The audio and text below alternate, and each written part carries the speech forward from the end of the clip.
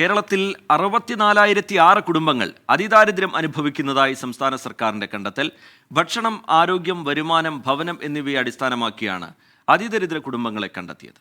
അതിദരിദ്രരിൽ 81% ഗ്രാമങ്ങളിലാണുള്ളത്. ബജറ്റിൽ ഇവർക്കായി പദ്ധതികൾ പ്രഖ്യാപിക്കും എന്നാണ് പ്രതീക്ഷ. ഏറ്റവും അധികം അതിദരിദ്ര കുടുംബങ്ങൾ മലപ്പുറത്താണുള്ളത്. 8,553 കുടുംബങ്ങൾ. തിരുവനന്തപുരമാണ് 2ാം സ്ഥാനത്ത്, 7,278 കുടുംബങ്ങൾ. കോഴിക്കോട് 3ാം സ്ഥാനത്തും 6,773 കുടുംബങ്ങൾ. കോട്ടയത്താണ് ഏറ്റവും കുറവ് അതിദരിദ്ര കുടുംബങ്ങളുള്ളത്, 1,071.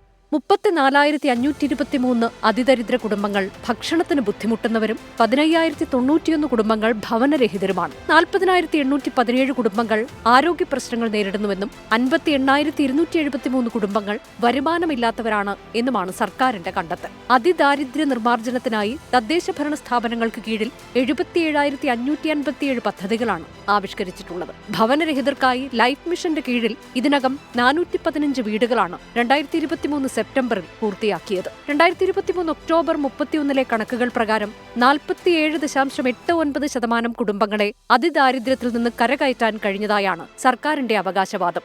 ബജറ്റിൽ അതിദരിദ്ര കുടുംബങ്ങൾക്കായി പുതിയ പദ്ധതികൾ പ്രഖ്യാപിക്കപ്പെട്ടേക്കാം. Research desk 24.